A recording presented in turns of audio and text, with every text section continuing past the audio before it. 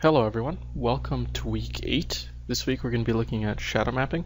It's been a while since we've seen each other. I hope you had a nice reading week and hopefully it was productive, but if it wasn't, everybody needs a break, so don't feel too bad about it. But now it's time to really get back into it, time to get ready for all those midterms, and more importantly, it's time to get back into the game dev. It's time to really crunch out some more shaders. So this week we're going to be looking at shadow mapping. We're going to be applying it to a much more interesting scene. No longer are we going to be working with the monkey. We're going to have something that's a lot more glorious. And this glorious scene was provided for us by the glorious Cameron Choden. So I've uploaded these models on Blackboard. Placing them all at the origin organizes them in this way, so you don't have to worry about moving any of them around. I'm not going to cover in detail how to set up the framework to load them. You should be familiar enough with the framework now that you can load an object, load its matching texture, and then render it to the screen. If me telling you that fills you with a little bit of fear or uncomfort, then that either means that you're behind in the course or you need to practice your programming skills in general. So keep that in mind. But let's take a brief overview over what's changed. New models, new textures in the zip on Blackboard. Inside, if we go to our game.h, we can find that indeed there's more meshes now and there's more textures in the game. There's more loading functions, and the render function now has a few models being rendered to the main FBO rather than just one. So what I am going to do is I'm going to go from the top of the file and I'll scan down before we start in case you really want to have the exact same copy that I do. But like I said, you can technically do what we're going to do today on the monkey head, although I don't recommend it. It won't be very exciting. So I would recommend that you challenge yourself to try to include all of the meshes and render them to the screen by yourself. But like I said, let's go through the file in case you want to see that. So don't really need to zoom in. Let's go through.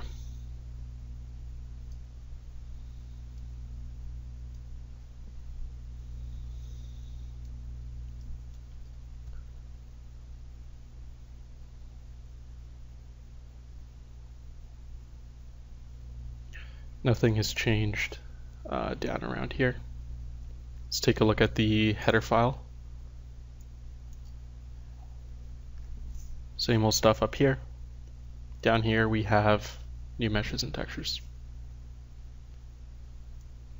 So before we start into the shadow mapping today, I want to touch up this scene a little bit more. I want to touch up the way that it works. So first thing we're going to do is we're going to go to the end of the init function, and we're going to actually remove this camera code here. No longer are we going to set up the camera in the init. We want it to be dynamic now. We're going to be rotating it around the scene rather than having the monkey rotate, or in this case the shack and the sword. So we're going to generate this transform on a per frame basis inside the update function right down here. So let's take a look at what that will look like. Similar to immediate mode OpenGL, when you would make matrices per frame, we're going to start by loading identity, which will make sure that we don't have compounding rotations and translations that'll explode out of control. So currently what we have is a translation back and up and then a slight rotation down. What I'd like to also do is have the camera rotate around the entire scene, looking in the center. So in order to do that, we're going to take the camera and we're going to first rotate around the y-axis. And if you imagine the camera as it is now in identity, we're at the center of the world. Then we rotate without changing our position around the y-axis, which means that when we translate, we actually translate back in a different direction each time. And then after we get to that point, we can rotate to look downwards. So this rotate Y is very important at the beginning because it changes the direction in which we translate outwards from the center. So in order to get it to be different each time, I'm going to use this total game time parameter here. I'm going to multiply it by 10.f to make it a little bit faster and the rest is okay. This monkey transform we can delete. We're no longer going to be rotating the scene itself, and the scene itself is now multiple objects. It's not just one, it's not just the monkey transform. In fact, that entire matrix I would like to delete. So let's go to game.h and let's cut out the monkey transform. That is not necessary. Okay, there we go. So back in game.cpp, of course we're going to have a couple errors. We still need to supply a model matrix. In our case, we're a little bit more hard-coded than usual. We know that our scene is built to work with everything at the origin. The objects have been exported from Maya, oriented in such a way that they match up correctly. So we're simply going to call the mat4 constructor here and get its data, which will just be an identity matrix. Actually, I don't recall if I have a... Oh yeah, I have an identity function that's more readable. That's a good idea. This is just a static function that belongs to, oops, I will need its data. It's a static function that belongs to the mat4 class that always returns an identity matrix. So it's more readable, so we might as well use that. And now if we render the scene, we should see that that we're rotating around it. It'll look just about the same as when we started this tutorial, but previously it was the objects themselves that were rotating from that monkey transform. It's looking like it's jittering a little bit, but that's just because of my video capture software. That's strange, but regardless, we can move on. The next thing I'm going to want to take a look at is the current light source. If we want to use a directional light, if we want to cast shadows on our scene, the simplest way to do it is through a directional light. And the reason is all the rays of light are hitting every single point in space with the exact same direction. That lends itself well to an orthographic matrix where all lines coming into the camera are also parallel in that fashion. So we get a very nice distribution of our shadow map onto our scene. It's easier to code, and the math actually is a little bit simplified for orthographic matrices. So we can tackle that a lot easier and take a look at how the whole system works. So let's start by going into our assets, into our shaders. I'm going to copy this Phong shader and make a new one that we can call Phong directional. So it's still going to be Phong lighting. It's just that instead of the source being a point light, it's now a directional light. Let's add it to our shaders list here. So add existing items, assets, shaders. Let's get our Phong directional and open that up in here. So what we're going to want to do is we're going to want to modify light position to be a direction instead. So that's going to simplify a lot of our code. First things first, it's a direction, so it doesn't need the fourth component. Doesn't need the W, and we can rename it to direction. Then we can remove things we don't need. Attenuation doesn't occur with a directional light. It's infinitely far away. If it was going to attenuate, it probably wouldn't have even influenced the scene with how far away it is at this point. So we remove that. And now with those removed, we can begin to simplify our equations here. So first of all, this light direction calculation here no longer exists. We don't have to dynamically compute the light direction because it's given to us directly. So we can erase this chunk. And if we grab our uniform here, we can replace the previously named variable with light direction. Similarly, there's one here in the specular that we'll want to replace. So going a little bit further up, attenuation no longer exists. That can be removed completely. And it's multiplied versus our diffuse here, so we can remove that. And it's multiplied versus specular here, so we can get rid of that. If we go down a bit, we don't have to actually change anything at the end here. Let's just go back to our game and adjust our shader properties to fit this new directional light. So I'm going to go down here to our generate scene. So attenuation, we can just remove all those send uniforms. Light position should change to light direction, and those stay the same.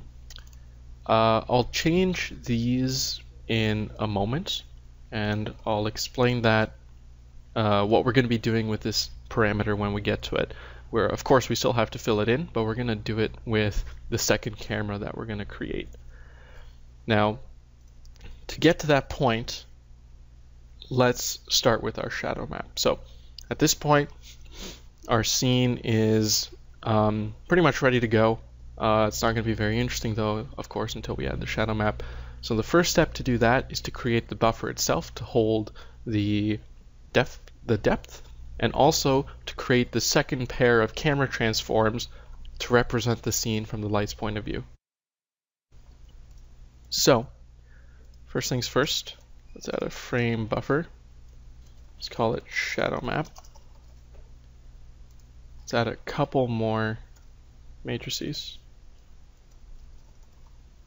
Shadow transform. Oops. And mat for shadow projection. So the same pair of matrices as we're used to from a camera, except of course it's going to symbolize something different this time. Let's also go up and let's add a new define. Call it shadow resolution, and that can be for our the actual dimensions of our shadow map and at what resolution we're going to be using to represent the shadows. So we'll start with something small like 1024, and that's on purpose. I want to show you some of those issues we were talking about in the lecture with using such a small resolution. So let's go into our game. Let's go up to the init functions. I'm going to copy the main buffer initialization, and we're going to modify it slightly. First, let's change the names before we can forget. Let's change this to shadow maps. Then we can actually remove this line entirely. We no longer need a color texture at all in this shadow map.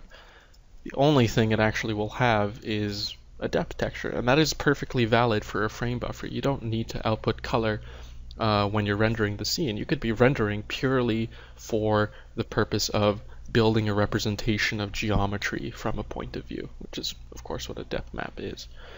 We're going to fill these in, however, with the different resolutions. So we're going to use shadow resolution,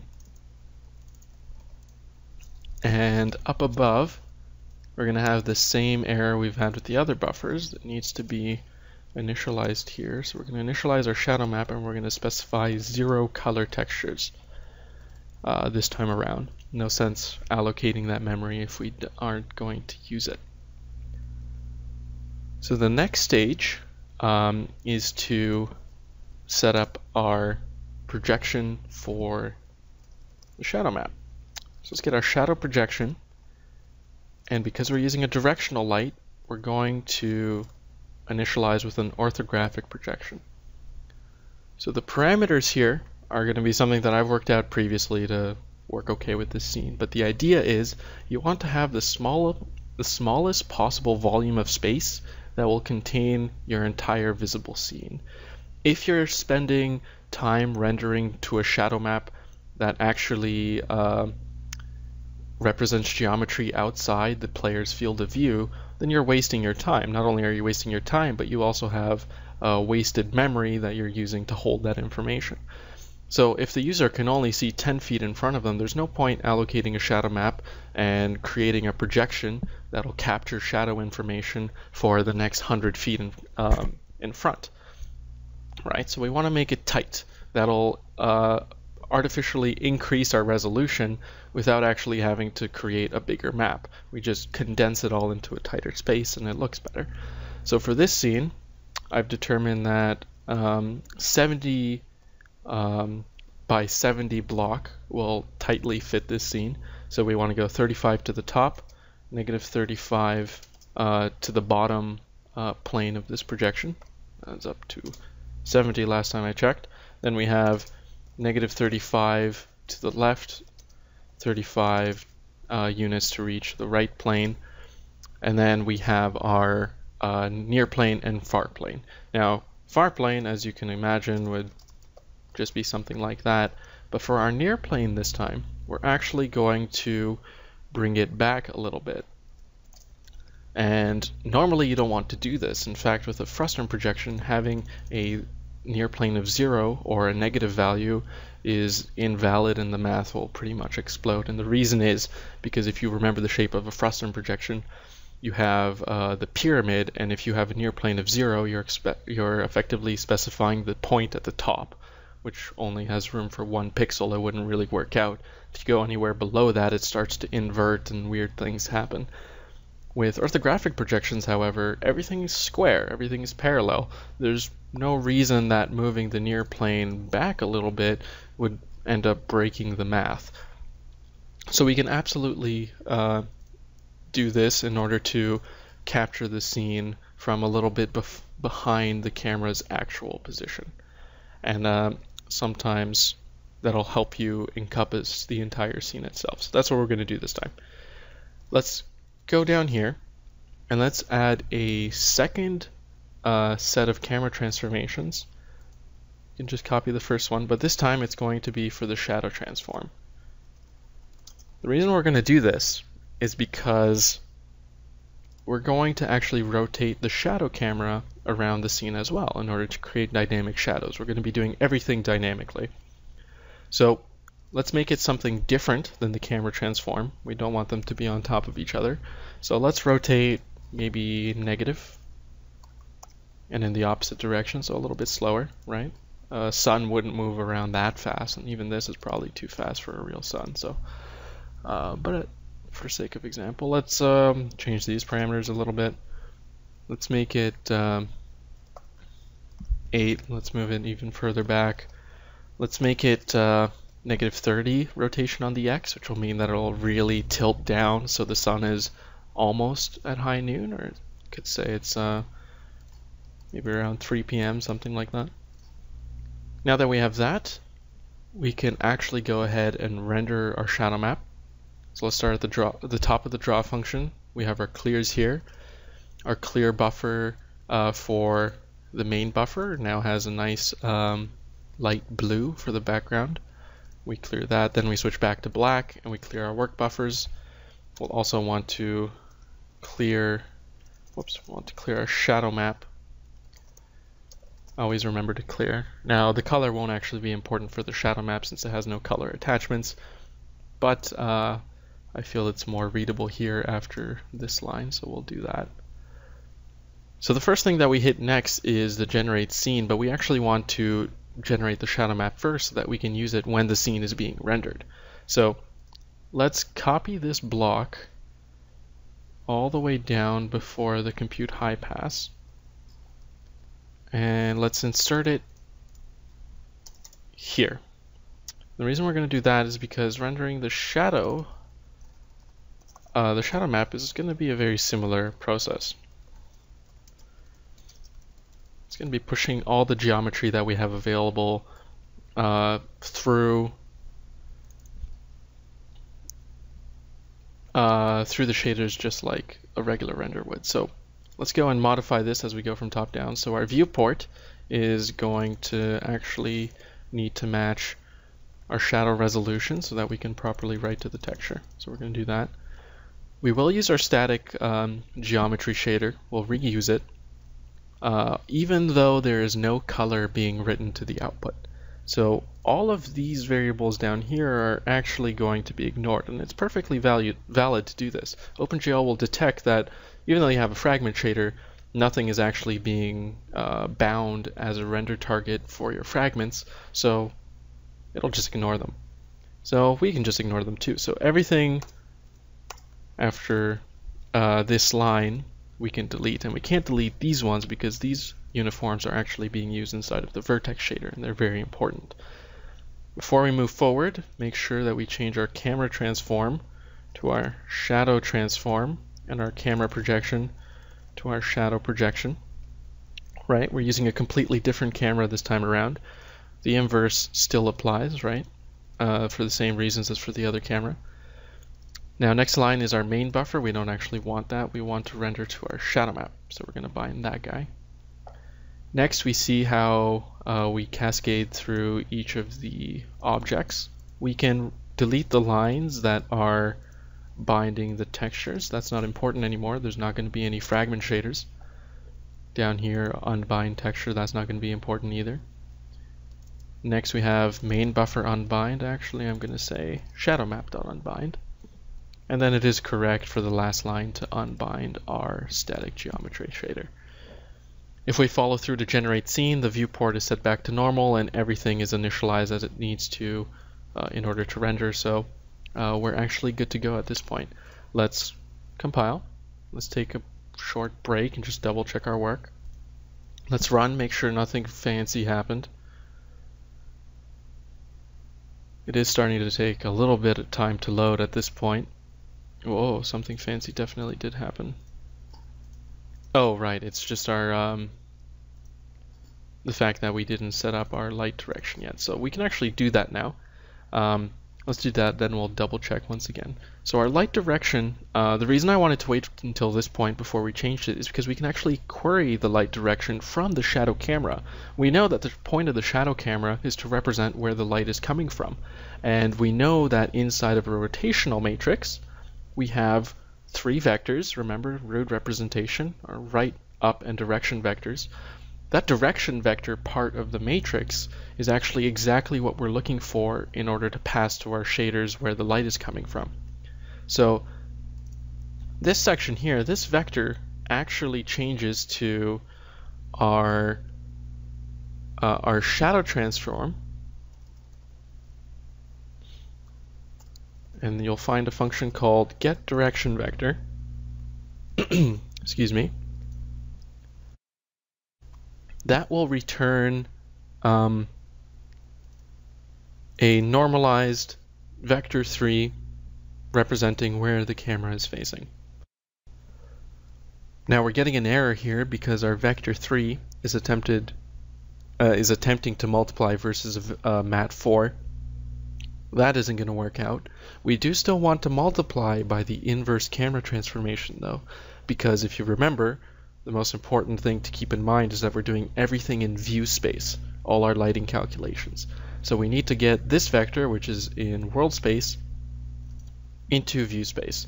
Now we can get the inverse as usual, and we can fix this issue by simply calling getRotationMatrix, which is a function that returns the top left 3x3 matrix inside of the 4x4. If you remember, that is your rotational component. So we get the inverse, get the rotational component, and our unit vector gets rotated to the appropriate coordinates. So that's going to work out now. If we build and run, we should see it work out. And as I was saying before, it's starting to take quite a while to load now, so those of you that have binary object loaders are going to be quite happy. Now, what's going on here? Something's still being funny.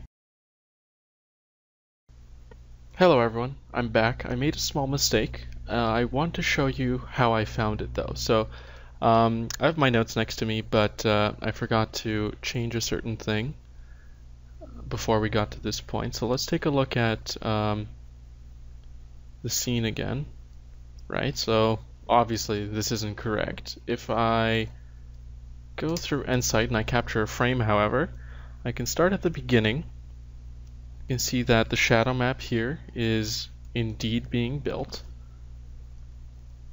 You can see how the light camera is looking down and we have this grayscale depth map. Next, we start rendering our other objects, but obviously it's at this point in the frame that things start going wrong. So I'm going to switch back to Visual Studio. This timeline is going to be set to the same point that I left it in the viewer.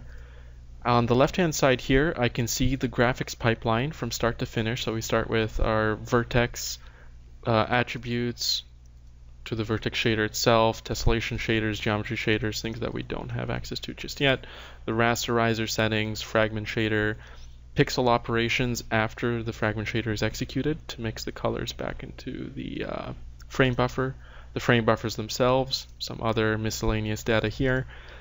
I know that the lighting calculations seem to be wrong, so I take a look at the fragment shader. I do see that 2 fragment shaders are attached here, and I can actually go to the source if I want, and I can open it up and I look through and I see immediately that this is the old Phong shader. This isn't the directional shader. We still have attenuation here. I can scroll down a little bit more and see the values of the uniforms, and I see here attenuations are put in and they're all 0. Excuse me. And we have all the old stuff. So instantly I know I forgot to switch the loading over to the new shader we created here, the Phong directional. So let's go up and change that. Where would it be? It would be up around here. So our static geometry should load Phong directional. And if we give it a run now, all the variables of the shader should be initialized correctly and produce the results we want. So here we go. So that took care of that. But as it can be seen, we probably should tweak some of these values. The bloom is going crazy all over the place, picking up on these pebbles on the ground and some of the specular, the red specular that you may have noticed going across just a few seconds ago. So let's do that. Let's go to our game. Let's look at the top. Let's see if this is okay. Yeah, the bloom settings look okay. Let's just adjust our directional light itself. So let's go to our render function. Our ambient, let's put it down a little bit to 1/3. And let's get rid of this specular. The specular is a bit much. I'll just put 0.1 on each component. Give it a run now.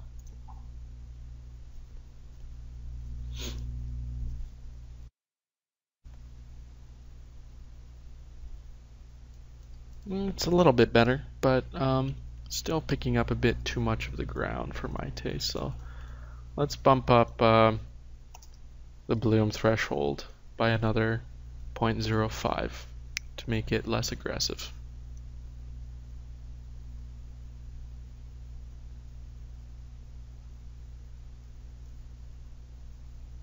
Okay, I can see it's a little bit more spotted now. That's good enough for now. Let's move on. You can play around with that as well and have some fun with it. So now we actually have our shadow map, as we saw, generating correctly. It's time to put it to use, isn't it? So let's modify our Phong shader with everything we need. Then we'll make the necessary changes in the rest of the game. So first things first, we're going to need that magical matrix we talked about in class that is going to take our view space points that we're currently working in. It's going to move it back to world space, into the view space of the shadow camera, and then project it through the shadow camera onto the shadow map so that we can get the appropriate pixel of the shadow map that corresponds to the same point that we're looking at in this fragment shader. So let's get that mat4. We can call it view to shadow map, which I think is a fitting name. We'll also need another sampler 2D, which will be our view shadow map. And we can edit the bottom of the shader to compute the shadows. So we can leave these parts alone. What I would like to do at the end here is add the shadow part. So determine if we are shadowed. So first things first, we're going to need to get the point in the shadow map.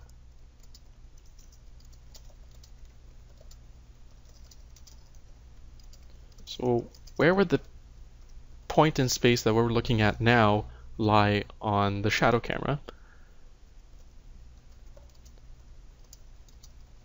And what is the depth of that location?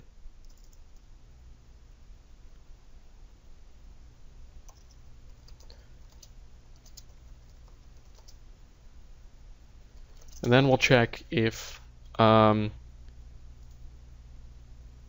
don't know if that's correct, but then we'll check if the depth is closer to the camera, to the shadow camera, than anything that was previously rendered there, meaning that that is the closest point to the light and the light can see it, or there's going to be a value in that depth map that is closer than our point is, which will imply that something is closer to the camera and something is obscuring the light from hitting our point, and we know that we can shadow.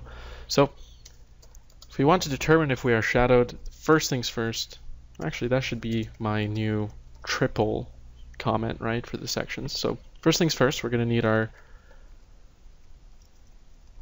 coordinate on the shadow map, and that is going to be our view to shadow map matrix, which at this point we'll assume works, multiplied by our position, and since our position is a vec3, we'll have to append that 1 at the end. Then we can quickly determine our depth by reading from the shadow map texture. So we can read from shadow map. Our texture coordinates will actually be the x and y coordinates of the shadow coord variable. That'll be where it fell onto that map. And I'm going to cast this to a single channel. Just going to get the red component because the shadow map, of course, just is a grayscale single channel texture. So actually both of these comments apply to this line, so we should do that. Next we write our if statement, right? So if the shadow depth, the one that we just retrieved, is less than shadow coord.z, so think about that, right? So something that was in the shadow map already is closer to the camera than our point that we're looking at is, then we're in shadow. Otherwise, we don't, and we don't have to do anything. And here what we can do is we can multiply the out color by something like 0.5, right? We could do it even stronger shadow, 0.7. Or you can even have a shadow be a specific color. You can pass that in as a uniform, and you can apply that color to this fragment in order to get shadows that are different. I remember a specific example in StarCraft 2. Some of the Protoss units, they fly around with these really cool blue force fields around their units, and if you look at the shadows, those components of the mesh actually cast blue shadows, and it looks really, really cool. And that's where they would be doing it. It's actually really simple. So let's go to our code now. This is all we need here. The main thing we have to supply is, oh, I didn't notice that was wrong. See, that's why color coding is awesome. So I didn't notice that, wait, what was I saying? We need the view to shadow map, right? We need to bring this matrix in. So let's add one in our game.h, view to shadow map. And we're going to regenerate this matrix every single frame. And the reason we're going to do that is because not only is the main camera moving around, but the shadow camera is moving as well. So we cannot rely on the same matrix working every time. It has to be regenerated. And we'll do that in the update function after both of these existing cameras have been updated. So what is our view to shadow map going to be? First, we want to load identity, right? Clear any changes that we wrote before. Let's do this in steps, and remember that matrix multiplications apply from right to left. So let's start with the first thing we need to do. We need to move from the main camera's view space into world space. We know how to do the opposite. Where is it? This function here moves from world space to the camera view space. So we actually want the inverse of this, but if you remember, we were already taking the inverse of that in order to kind of hack the math and make it easier for us to work with. So if we take the inverse of the inverse, we're left with just the regular camera transform, and we can have that as our first step. We're going to multiply that by something, and notice how I'm writing from right to left here. We're going to want to get from world space to the shadow view space now. And we know how to do that exactly. It's right here. It's the view matrix for the shadow. So we can just bring that in. And now where are we, right? From view to world to shadow view. We want to project in shadow space so that we make it to our clip space, right? We make it to the next step. So we're going to multiply this by the shadow projection. And so if you remember, I should bring it up. I think it was lecture 2, math pipeline, yeah. So after projection matrix, there's a divide by W. That's a perspective division, which in our case, in orthographic projections, doesn't actually need to happen. OpenGL will do it, but the W component will be 1, so it doesn't affect the coordinates. That's one of the reasons that it's easier to start shadow mapping with orthographic projections. But what's important is that after this happens, we also have the viewport transformation. And this part you may have never done before, and this is why it's really important for us to understand this pipeline, or else nothing would match up. So in order to transform through the viewport, we need to map to what the current viewport is. Now, if the viewport is the entire extent of the screen, then the transformation you need to do is you need to bring the coordinates, which will be in this space, normalized device coordinates, you need to bring them into this range of 0 to 1, 0 representing the left side of the screen and 1 representing the right, and similarly for height. So if your viewport would have been something different and you maybe were targeting the left half of the screen, then you'd have something where you need to map to these values instead. But in our case, let's assume that the user isn't going to be playing around with viewports, and so all we have to do is a transformation from this range to this range, and we've done this before. We've done it in the tutorials. What we need to do, if you remember, is multiply by 0.5 and add by 0.5. So we need to do this, but we need to do it in the form of a matrix, and it turns out that it's not hard at all. All you have to do is think about it as if you were a transformation. So what do I want to do? Multiply by 0.5. Well, that's kind of a scale, isn't it? And then I want to add 0.5. Well, if I'm just adding the values, then I'm really just translating. So we build a matrix. Usually, matrix for this purpose is called a bias. And we're going to call it, we're going to initialize it in such a way that it represents a scale by half and a translation by 0.5. So what will that look like? We can build this to look like a matrix, right? So let me move this into the next line, actually, make it a little easier for us. So we have here our matrix, and this is just written in the way that it would look if you were writing it on paper. So we have our first row, our second row. You can see how wherever there would have been a 1 in the identity matrix, we're adding a 0.5 scaling. And on the rightmost side, where the translation vector is, we're writing the translation rather. And then we finish it off with a 1 in the bottom right hand corner. And we take this bias matrix and multiply it at the very end to do our scale. And with that done, we are ready to send this to our shaders. So let's do that. Let's go down to our generate scene. Let's add the second texture sampler. So this is our shadow map, and that's going to be at location 1. Then let's send our shadow map itself. I'll add this up here with the rest of the matrices. Whoops. And sorry, not our shadow map, our view to shadow map matrix. So that's going to go to view to shadow map. We don't need to inverse this one. Just send it right through.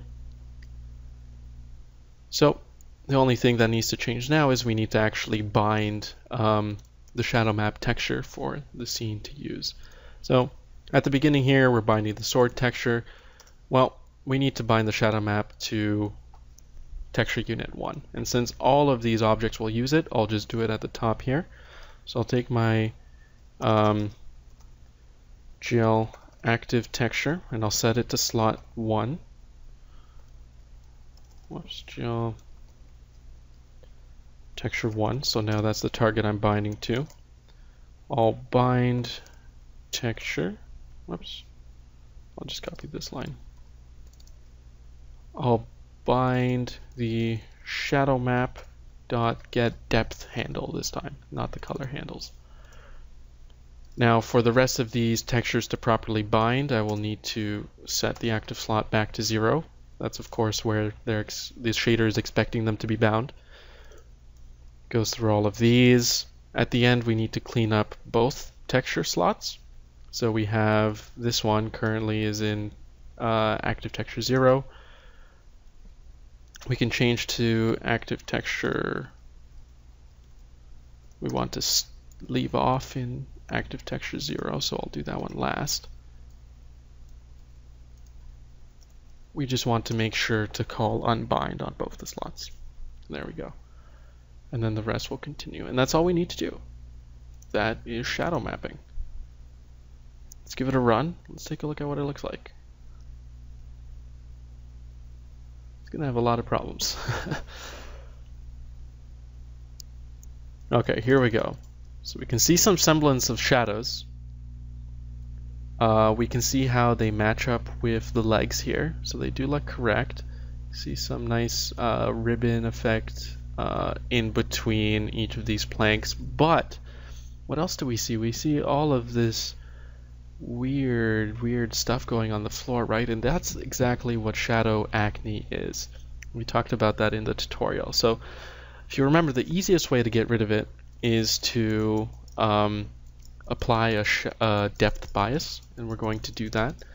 The second thing you could do is to increase the shadow map resolution, and it turns out that you actually have to increase it a ridiculous amount before these problems go away.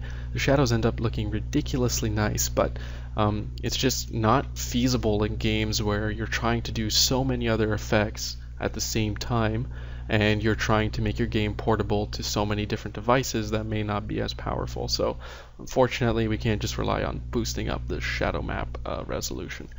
So first things first, let's apply the bias, then we'll come back and we'll increase the resolution as well and see the effects of that. So in our fragment shader, applying a bias is actually very simple. So we need it to be ever so slightly harder for this to be true. So we can either take our shadow depth and make it slightly larger, or we can take our shadow coordinate and make it slightly smaller. Doesn't matter which side you do it on, right?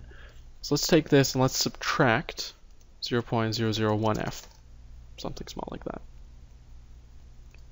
I just realized I was saying earlier we can make the shadow stronger by multiplying by 0.7, but that would actually be closer to 1, so that would be a weaker shadow. Let's go for 0.4.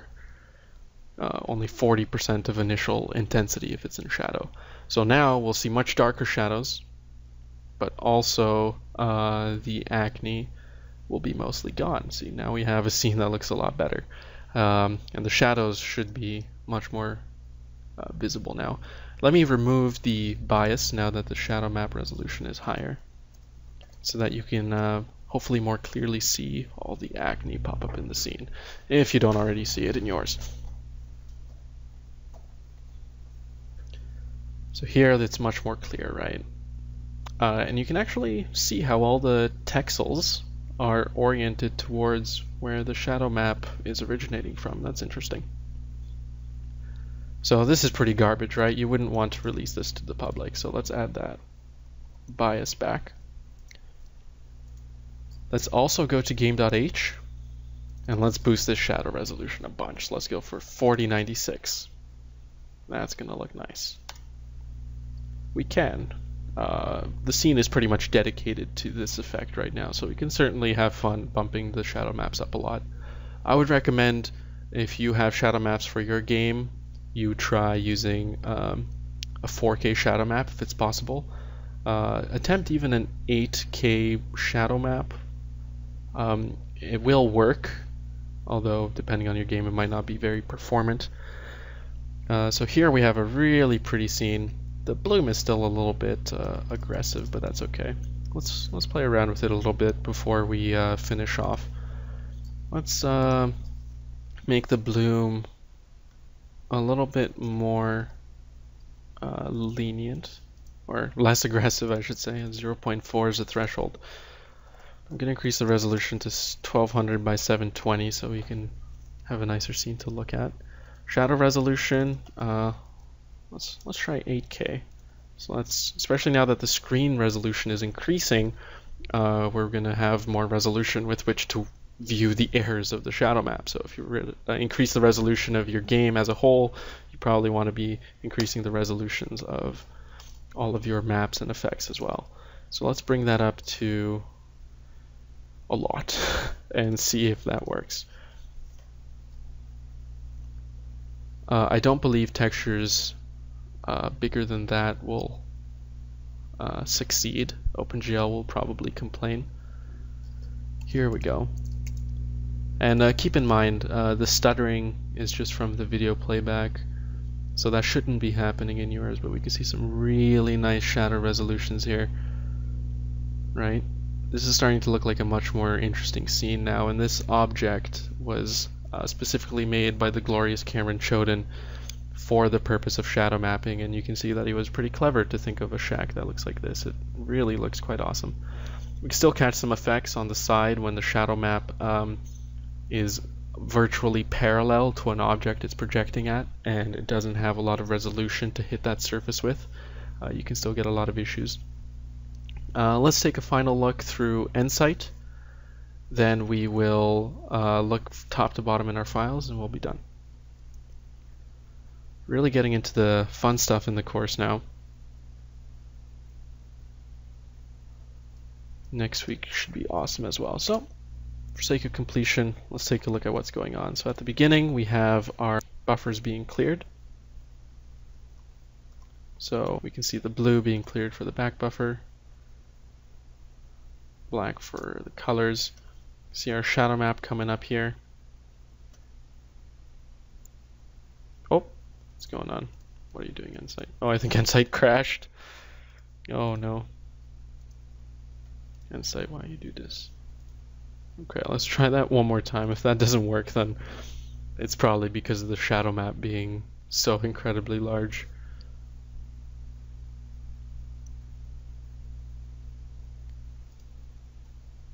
Okay. Let's skip the shadow map rendering. Let's go straight to the game rendering this time. Although we can see the shadow map up here being considered as all the objects are being rendered. So let's go through. Objects are coming in. We can see that the objects are definitely taking the shadows into account. Plane is being rendered and that looks terrific. And we can see that the depth bias, we were able to find one that's actually pretty terrific because we don't have a gap between our object and the start of the shadow. However, you can see that even though this side of the face should be in shadow, the bias is actually making the light wrap around a little bit. So we're definitely not devoid of artifacts. It's not physically what we would expect, but the problems are much, much more subtle, and that's what I was talking about in class, where the depth bias just switches the problem to a different one, but the different one is so much better that you should definitely do it. So let's go to the next step. Of course, that's going to be our high pass. You can see a lot of these rocks are being picked up. Even a little bit of the redstone in there. If we had a better view, it would probably pick up even more. The light shining on the left-hand side there. So this gets blurred up a few times. Eventually gets composited back with the regular scene, and we have really pleasant project to look at now. So Shadow mapping, of course, is a question for homework as well. You should definitely tackle it. It's really not that scary as long as you take the time to plan exactly what you need to do and the transformations between spaces. That's really the key for all of this. That's the hardest part to get right. So write it down on paper, take a look at the diagrams that we used in class. That's going to be the key to getting this. Let's take a look at the files. So we have our game.h here, added a shadow resolution, added some objects at the bottom here. Let's take a look at our directional, Phong directional, our new shader. So similar to the previous Phong. And game.h. Oh, let me make this bigger, forgot.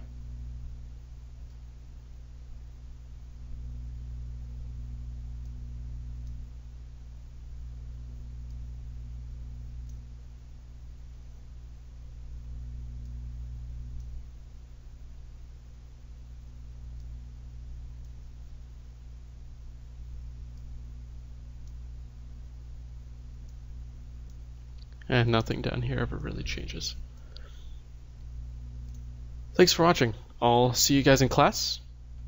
I hope you had fun. I did.